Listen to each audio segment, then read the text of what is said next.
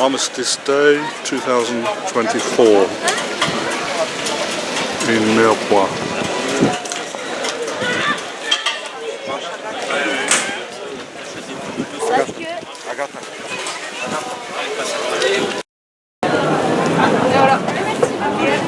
Bonjour, je vous envoie ce petit TikTok.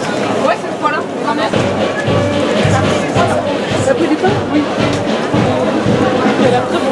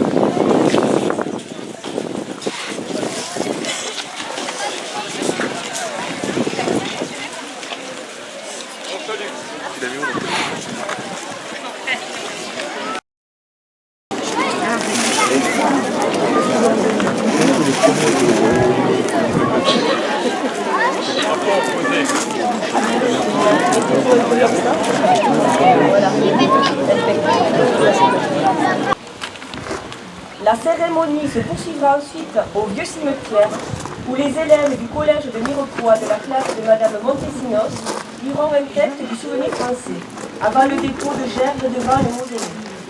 Enfin, nous nous rentrons devant l'olivier du souvenir pour rendre hommage aux victimes des attentats de 2015 et 2016. Monsieur Louis Boulbès lira un texte avant de déposer une gerbe. Et pour conclure cette cérémonie, un vin d'honneur sera servi à la salle Paul d'Artier, auquel vous êtes toutes et tous conviés.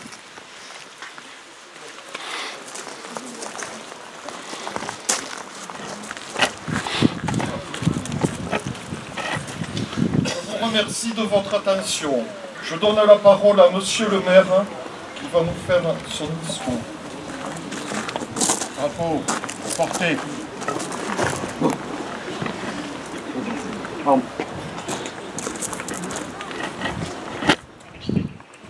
Mesdames et messieurs, les autorités ici représentées et précédemment citées, chers concitoyens, chaque année, le 11 novembre nous rappelle le sacrifice immense consenti par nos aïeux lors de la Première Guerre mondiale. Cette journée de commémoration n'est pas qu'un simple rituel, c'est un moment crucial pour notre société, une pause nécessaire dans notre quotidien pour réfléchir au prix de la paix et à notre responsabilité collective de la préserver. Alors que nous honorons la mémoire des poilus de 14-18, nous ne pouvons ignorer les conflits qui déchirent encore notre monde aujourd'hui. L'Ukraine, le Proche-Orient, le Sahel, autant de rappels douloureux que la paix reste un idéal fragile, même un siècle après la DRDR. N'oublions pas nos soldats d'aujourd'hui qui continuent de s'engager pour défendre nos valeurs. Leur dévouement s'inscrit dans la lignée directe de celui des poilus, dont nous honorons le sacrifice. Commémorer ne suffit pas. Notre devoir est double. Honorer la mémoire de ceux qui sont tombés pour notre liberté et œuvrer activement pour un monde plus pacifique. Cela commence dans nos communes par la promotion du respect, de la tolérance et du dialogue.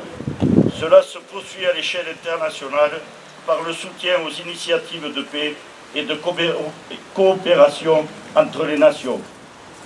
À nous, les générations qui n'ont pas connu la guerre, de faire en sorte que le sacrifice de nos aînés n'ait pas été vain. À nous de transmettre le flambeau de la mémoire et de l'engagement pour la paix. N'oublions jamais que c'est dans le terreau de la haine et de la peur de l'autre que germent les graines de la violence. En ce 11 novembre, rappelons-nous que la paix n'est jamais acquise. C'est un combat de chaque jour qui nous concerne tous. Honorons le passé en agissant pour un avenir plus serein. Je vais à présent vous lire le message de M. Sébastien Lecornu, ministre des Armées et des Anciens Combattants, et de M. Jean-Louis Thiriot, ministre délégué auprès du ministre des Armées et des Anciens Combattants. C'était il y a 106 ans, en 1918, à la 11e heure du 11e jour du 11e mois, de la boue des Flandres à la frontière suisse, les clairons égrènent les notes du cessez-le-feu. Aux fiertés de la victoire se mêle le cortège d'ombre des péris en terre, accompagnés de ceux qui les pleurent. Ce sont ces sacrifices que nous commémorons aujourd'hui, auxquels sont agrégés depuis 2012 celui de tous les morts pour la France. Honorer leur mémoire, c'est écouter ce qu'ils nous disent encore aujourd'hui. Ils nous laissent un devoir de gratitude, de lucidité et d'espérance. Le devoir de gratitude, c'est tout simplement se souvenir du sacrifice de ces jeunes hommes, habités des promesses de la vie, qui ont consenti à tout donner pour que la France demeure. Les épreuves qu'ils ont traversées sont inimaginables. Pour nous en imprégner, laissons la parole à un témoin, le général de Castelnau. Leur vie, c'était marcher, marcher encore, marcher quand même à demi-mort de fatigue, trempé jusqu'aux os, transi de froid, ou bien épuisé de chaleur et de soif, dans l'air embrasé d'une journée horrible. Gravir la pente du terrain, sous le lourd fardeau du sac, charger baïonnette au canon, dans le sifflement des balles, le crépitement des mitrailleuses et le mugissement des obus. Combattre le jour, combattre la nuit, veiller toujours, mourir obscurément dans le sillon d'un labour. Le devoir de lucidité, c'est de ne pas oublier que 21 ans après que les canons se fussent tus, il a fallu reprendre les armes en 1939. La conjonction de la lâcheté et de l'aveuglement ont transformé la terre des terres en armistice de 20 ans, pour reprendre les mots du maréchal Foch. À l'heure où la tragédie de la guerre a fait son grand retour en Europe, à l'heure où certaines puissances remettent en cause tous les fondements de l'ordre du droit international, ceux de 14 et ceux de toutes les guerres nous murmurent de continuer à défendre la paix. Le devoir d'espérance, c'est de ne jamais douter des ressources de la France pour venir à bout des défis qui se présentent à elle. La guerre change de visage, mais de génération en génération, les soldats de France demeurent animés de la même volonté de défendre l'honneur et la patrie. En cette année du 80e anniversaire de la libération, souvenons-nous des soldats du commando Kiefer qui ont foulé les plages de Normandie le 6 juin 1944. Souvenons-nous des soldats de la première armée de l'Âtre qui ont débarqué en Provence, de ceux de la 2e division blindée du général Leclerc qui, depuis le désert, à coups francs, sont remontés jusqu'à Strasbourg pour la libérer et accomplir leur serment. Souvenons-nous des héros de la résistance intérieure, mais aussi du calvaire des incorporés de force d'Alsace-Moselle. Souvenons-nous du courage des parachutistes de Dien Bien Phu, de celui des soldats qui se battent en opération extérieure, et notamment ceux du Liban qui défendent la paix depuis 1978. Comment ne pas voir que ces combattants ressemblent comme des frères aux poilus de 1914. Au fil de notre histoire, les soldats morts pour la France, ceux tombés par le service de la nation ou par le service de la République, nous disent les pérennités françaises. Toujours nos armées sont là pour accomplir la mission. C'est pourquoi, réunis au pied du monument aux morts, élus, anciens combattants de toutes les générations de feu, enfants des écoles, nous ne sommes pas seulement la garde des morts, nous sommes d'abord les sentinelles des vivants. Vive la République et vive la France.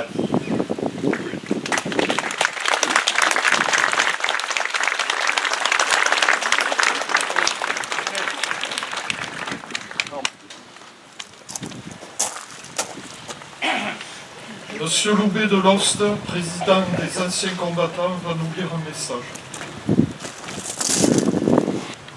Message de l'Union française des associations de combattants et victimes de guerre. Aujourd'hui, nous commémorons dans toutes les villes et dans tous les villages de France la signature à Rotonde, il y a 106 ans, de l'armistice mettant fin à la guerre 14-18. Après le conflit, partout ou presque partout, ont été érigés des monuments aux morts ou des stèles commémoratives, véritables sentinelles de la mémoire qui nous rappellent le sacrifice et les souffrances endurées par nos aînés. La majorité de ces lieux de mémoire ont été réalisés dans l'immédiat après la guerre et souvent à l'initiative d'anciens combattants survivants. C'était le moyen qui leur avait semblé le plus efficace pour honorer leurs camarades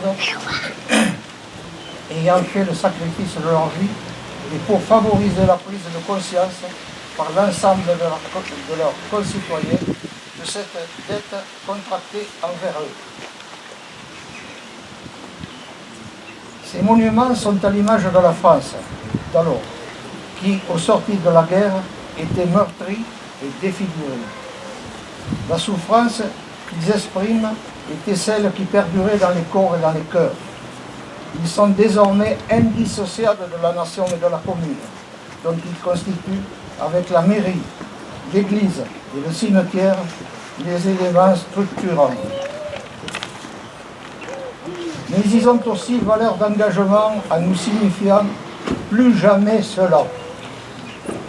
Il fallait que, regardant ces figures de pierre ou de bronze, on entende résonner les cris, les plaintes, les gémissements, expression de l'indicible souffrance qui fut celle de poilus, mais aussi des populations civiles prises sous le déluge de fer et de feu. Pourtant, malgré le traité de paix, signé un an plus tard à Versailles, cette guerre qualifiée de grande, alors que rien de ce qui est porteur de haine et de division ne peut être grand, ne fut pas la dernière comme tous avaient espéré. Que la raison pour laquelle l'Union française des associations de combattants victimes de guerre, entre parenthèses FAC, appuie son action sur un motif fondamental qui est de s'opposer à tout règlement de conflit par la guerre, mais de l'obtenir par la négociation. Pour ce faire, l'UFAC agit résolument en direction des jeunes générations. Elle invite à devenir des citoyens d'un monde sans haine et sans guerre. Vive la République, vive la France. Oui.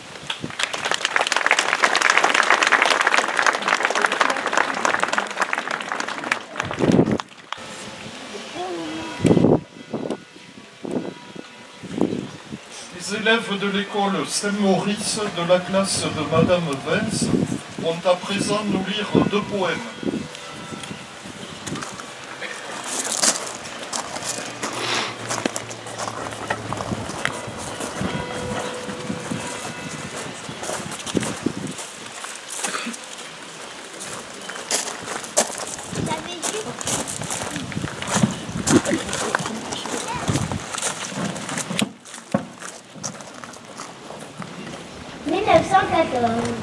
J'avais juste 19 ans quand j'ai reçu ma lettre. J'étais fière et pourtant j'avais peur de promettre. De promettre de revenir sain et sauf à mes parents qui, me voyant partir, étaient tout larmoyants. Qu'allais-je donc devenir loin de ma vie? Et comment allais-je agir seule face à l'ennemi? Papa, maman, je vous aime, mais je dois partir. Maudit soit ce système qui va m'anéantir. Fabienne Berthonier.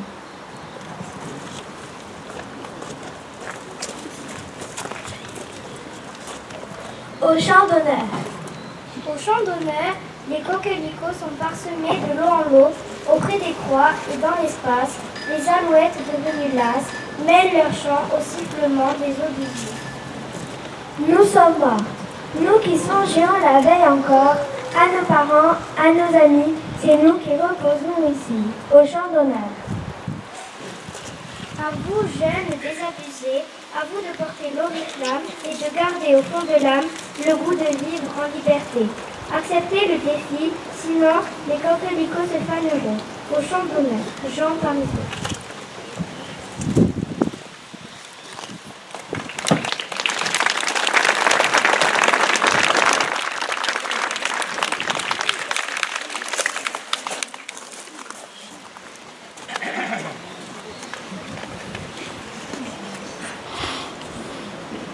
Nous allons maintenant procéder au dépôt de gerbes au pied du monument avant d'observer une minute de silence en hommage aux morts pour la France. Donc j'appelle M. Louvet de Lost.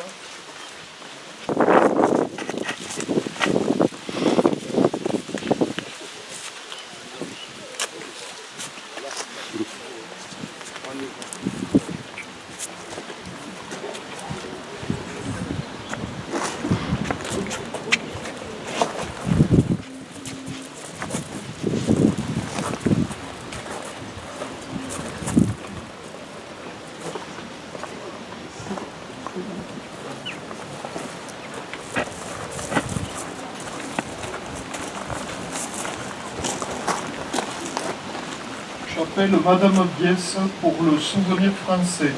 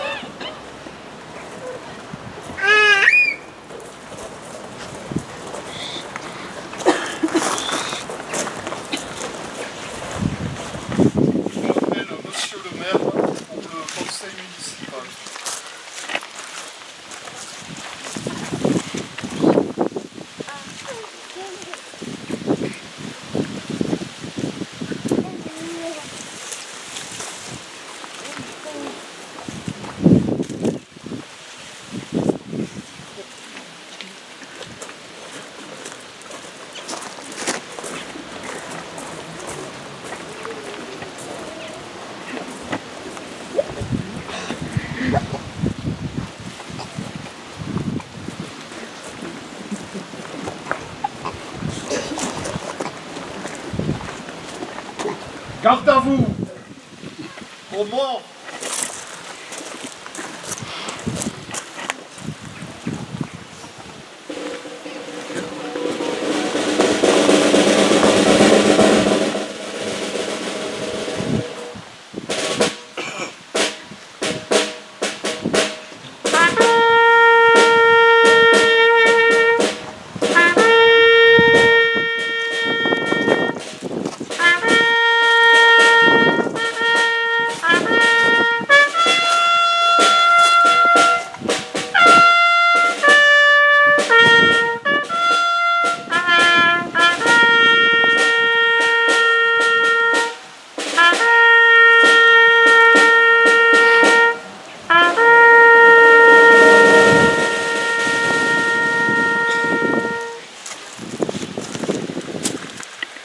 Nous allons maintenant observer une minute de silence.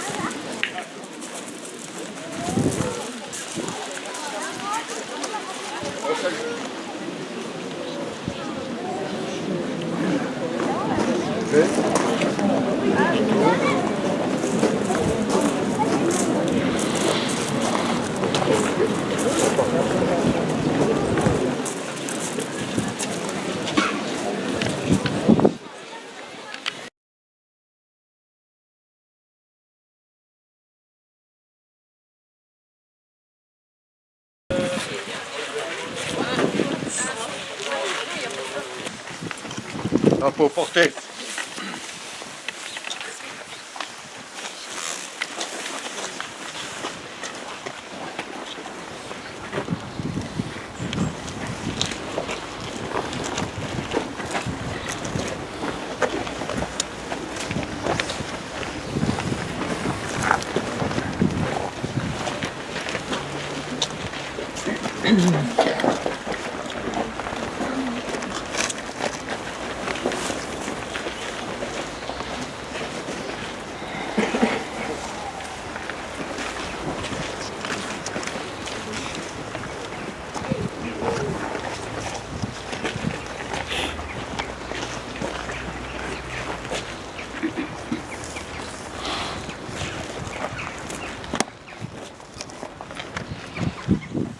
Garde à vous.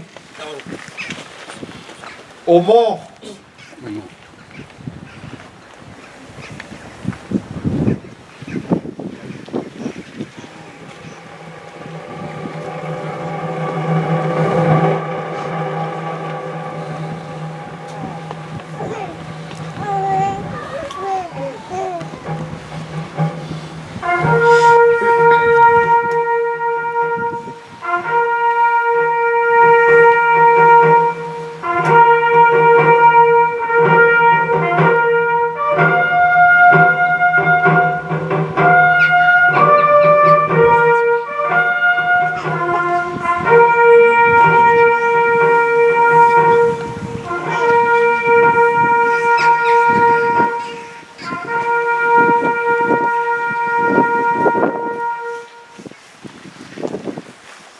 Nous allons procéder maintenant à une minute de silence, suivie après par le chant de la Marseillaise.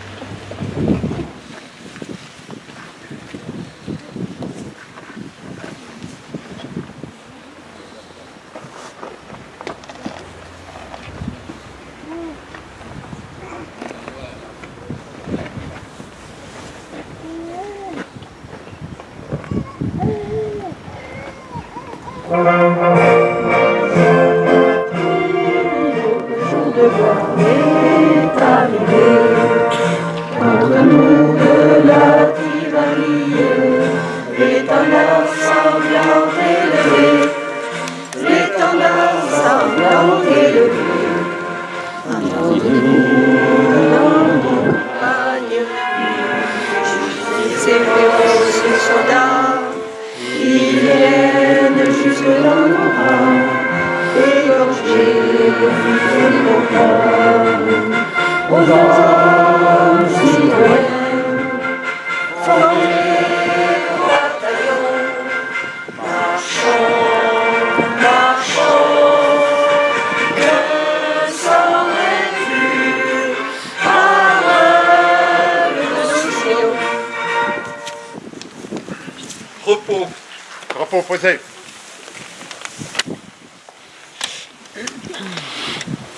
Nous allons maintenant nous rendre à l'Olivier du Souvenir, à la salle Paul Dardier, devant la salle Paul Dardier. Drapeau porté.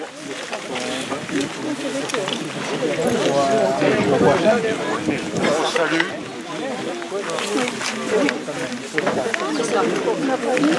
Salut.